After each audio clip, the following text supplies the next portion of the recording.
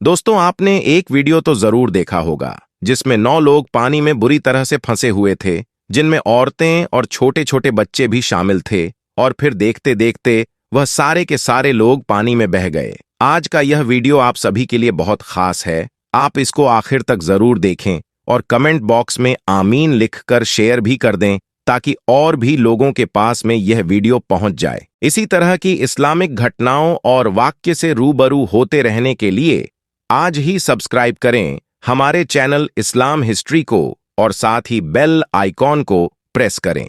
तो चलिए दोस्तों, शुरू करते हैं। दोस्तों, सबसे पहले तो हम आपको बता दें कि हाल ही में लोनावाला डैम पर जिन लोगों के साथ में यह घटना घटी है, यह मौलाना सलमान अंसारी साहब का परिवार था और यह लोग उत्तर प्रदेश के बिजनौर शहर के रहने वाली थीं। 28 तारीख को पुणे में इनके किसी रिश्तेदार के यहां पर शादी थी, इसलिए यह लोग 27 तारीख को ही शादी अटेंड करने के लिए पुणे में पहुंच गए थे। यहां पर 28 तारीख को शादी थी और 29 तारीख को वलीमा था।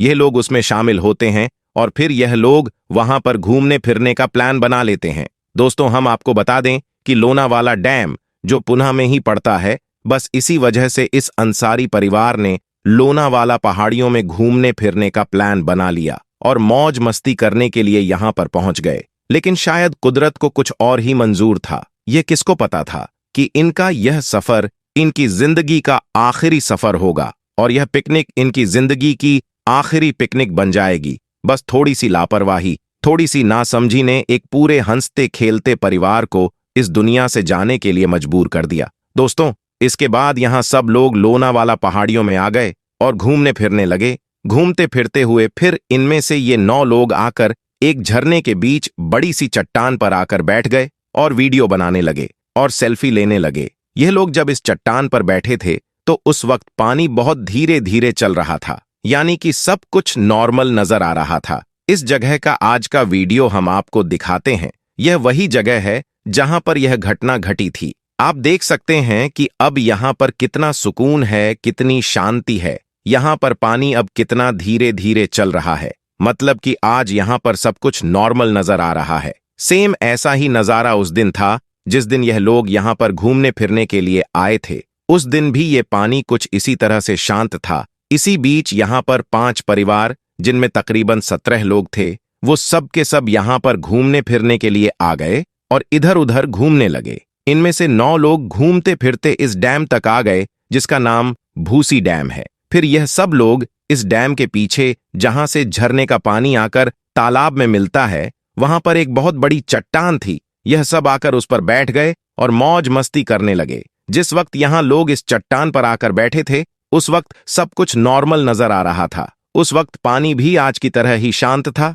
ऐसा ही लग रहा था कि यहां पर अचानक से इतनी बड़ी घटना नहीं घट सकती है। लेकिन हाँ, उस वक्त झिरमिर झिरमिर बारिश बरस रही थी और यह डैम चारों तरफ से पहाड़ियों से घिरा हुआ है। इसलिए जब यहां पर बारिश होती है तो फिर यहां पर चारों ओर का पानी एक साथ इकट्ठा होकर बहने लगता है और झरने का रूप ले लेता है। और बहुत ऊंचाई से गिरने की वजह से इस पानी की रफ्तार भी बहुत ज्यादा तेज हो जाती है। बस यहां पर भी यही वजह रही कि यह सब लोग चट्टान पर बैठे हुए मौज मस्ती कर रहे थे कि अचानक ही पानी की रफ्तार बढ़ गई। पानी तेज तेज बहने लगा। यह सब देखकर भी यह लोग आने वाले खतरे को भांप ना सके। इन्होंने सोचा कि इससे ज्यादा यह पानी नहीं बढ़ेगा। बस इन लोगों ने यहां पर यही एक गलती कर दी। ऐसा नहीं है कि यहां पर पानी की रफ्तार 1 सेकंड में ही बढ़ गई। इनको बिल्कुल भी मौका नहीं मिला। पानी धीरे धीरे बढ़ रहा था। इन लोगों को लगा कि बस इतना ही बढ़ेगा, बस थोड़ा और बढ़ेगा। इस थोड़े थोड़े के चक्कर में पानी मिनटों में इतना ज्यादा तेज हो गया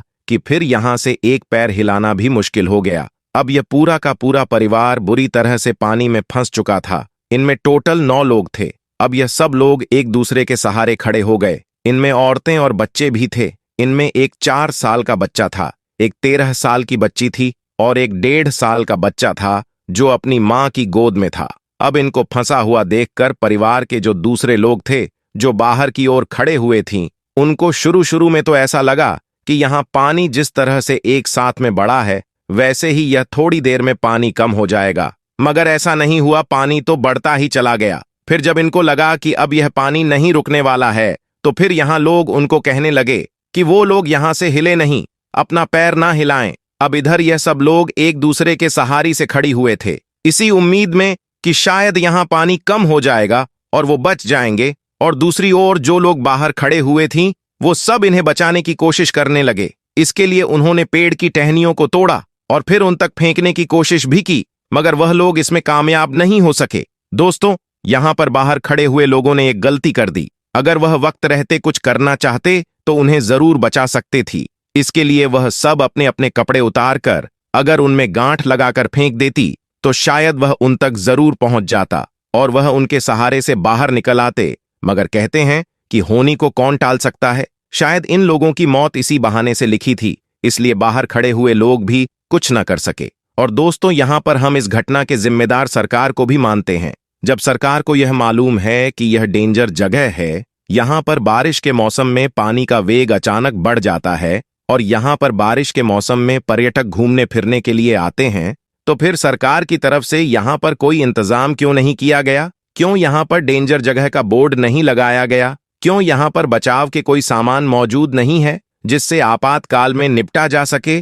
क्यों यहां पर कोई गाइड करने वाला नहीं था? इस वजह से इस घटना की जिम्मेदार हम सरकार को भी मानते हैं। खैर दोस्तों, इसके बाद में पानी का वेग बढ़ता गया, पानी की रफ्तार तेज होती गई। यह सब लोग एक दूसरे के सहारे खड़े रहे। आपने यह पूरा वीडियो जरूर देखा होगा। तकरीबन यहां लोग 6 या 7 मिनट तक ऐसे ही खड़े रहे। इस बीच अगर इनको बचाने की सही कोशिश की जाती तो शायद यह लोग बच सकते थे, लेकिन फिर इन लोगों की हिम्मत टूटती गई। फिर एक एक करके आखिरी में यह सब लोग पानी में बहते चले गए। अब फिर जब यह लोग पानी में बह गए तो फिर आनन फानन में प्रशासन को फोन किया गया। हम आपको यह भी बता दें कि यह जगह शहर से इतनी ज्यादा दूर है कि अगर कोई शहर से यहां पर आना चाहे तो तकरीबन 1 से 1.5 घंटा लग सकता है। इसलिए फिर प्रशासन को और बचाव कर्मियों को यहां तक पहुंचने में घंटा भर लग गया। खैर, फिर भी बचाव कर्मियों ने इनमें से 4 लोगों को जिंदा बचा लिया और 5 लोग पानी में बह गए। इसके बाद में सर्च ऑपरेशन शुरू किया गया।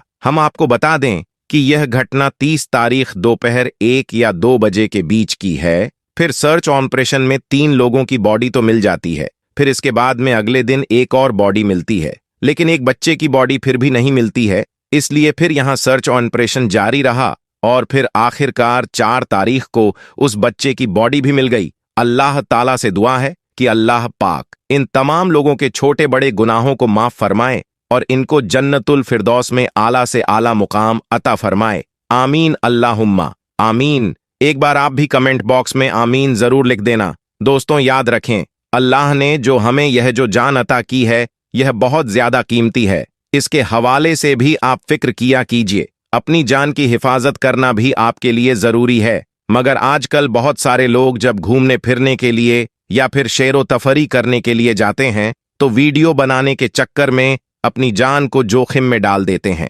ऐसे लोग अपनी जान की परवाह किए बगैर कहीं पहाड़ के कोने से लटक जाते हैं और कहीं पर ट्रेन से बाहर निकलकर वीडियो बनाने लगती हैं, तो कहीं पर समुद्र के किनारों पर आगे तक चले जाते हैं। दोस्तों, अभी बरसात का मौसम चल रहा है। बहुत से वीडियो हमने ऐसे देखे हैं जिनमें लोग समुद्र के किनारे बैठे हुए मौज मस्ती कर रहे हैं। लहरों का झोंका आता है और फिर अचानक ही वो लहरें तेज हो जाती हैं और वो किनारे बैठे हुए लोगों को लपेटकर और घसीटते हुए समुद्र में ले जाती हैं। इसलिए आप सबसे यह गुजारिश है कि आप ऐसी जगहों पर जाने से पहले जरा सोच लिया करें।